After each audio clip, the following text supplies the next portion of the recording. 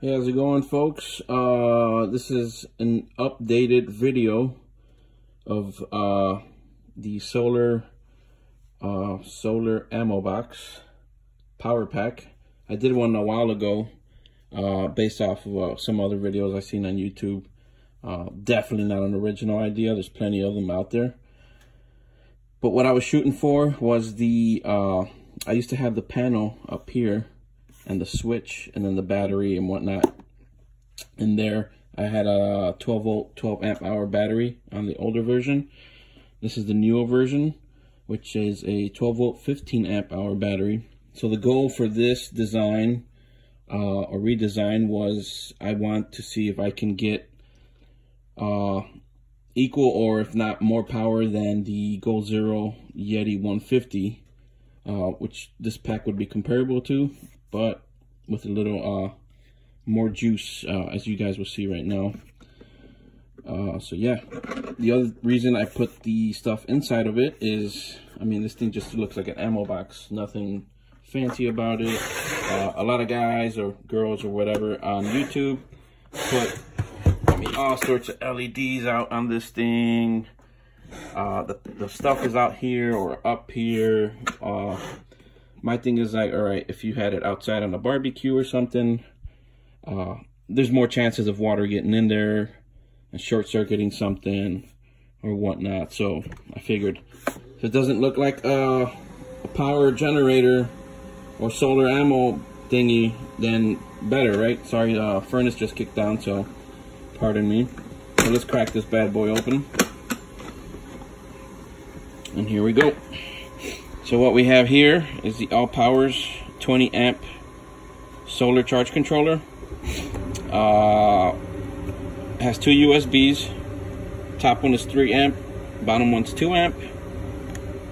We have connected to my battery, which I'll show you here in a bit, which is down there, 15 amp hour 12 volt battery. My load is connected to the 12 volt socket, which is continuously on until I plug in the inverter and draw power from it. The charge, how I charge this is either a solar panel or wall charger from the house through banana plugs.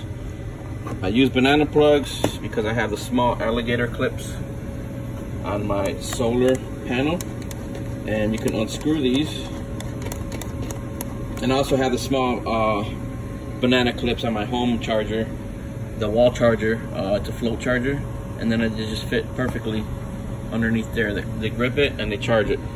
The other reason I chose these banana plugs, just in case something went wrong with your panel or something, or you grabbed another panel, you can always snip those wires. Depending on the connector they have, you can cut that off and throw the spliced wires in here, and it will still charge it no matter what, because there's disconnected. So what I have here as well that connects in there and it fits perfectly is the Centec 80 watt inverter. It has the 120 plug in there, 110, 120, and another USB. So essentially this ammo box has 3 USBs, universal versatile charging system that goes through the solar charge controller and into the battery, and your cigarette lighter. So my thing was to get this as sleek as possible, no extra switches and whatnot that I don't need, no other LED lights. Some other guys put the voltmeter in here and another 2 USB plugs. That's overkill. I mean, essentially you would have 4 USB plugins. I doubt you're going to be charging that many things at once. So let me show you the bottom. Wiring was so simple. There we go. 15 amp hour battery. It's fused with a 20 amp fuse. Going to my banana plugs. That goes to the solar portion of the charge controller, and this goes to my load. Easy peasy. In here I have extra space in case I needed to store things. I have the manual for the charge controller and this USB LED light, which I'll show you how it works right now. These are pretty cool because they fit on your keychain and whatnot. Just plug it in, right? Voila, you got light. I mean, it's not like blindingly bright, but if you're in a tent or whatever, it serves its purpose. So I ordered one of those flexible stick USB lights, you know, that you can just plug in and they come out and you can bend it whichever which way. So I'll show you what this thing's capable of. Let me plug in this inverter. Sorry, I'm doing it one-handed. There you go. Light goes on, right? And I'll show you little light bulb that the thing is on. And I'm gonna plug in this Harbor Freight, the Drill Master. It's like a bootleg Dremel. I use this cutting wheel to trim the inside of the ammo box lid, making sure I didn't penetrate through it. I mean, it doesn't look too pretty, but it does its thing.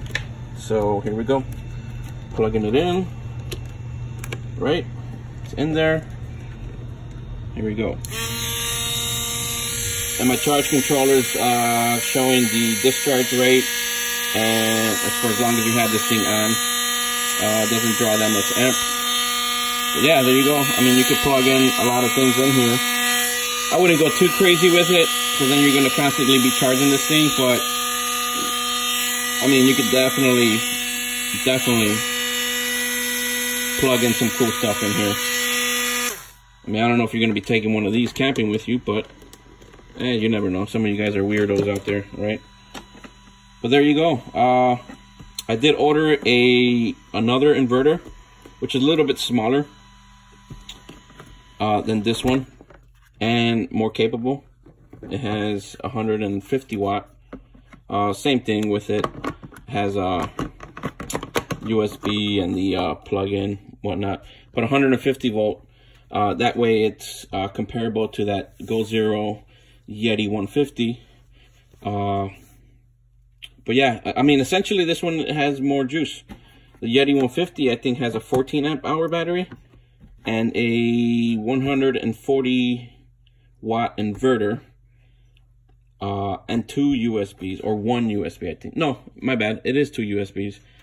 This one essentially has 3 USBs, a 15 amp hour battery, and the 150 watt inverter. It's definitely smaller in size.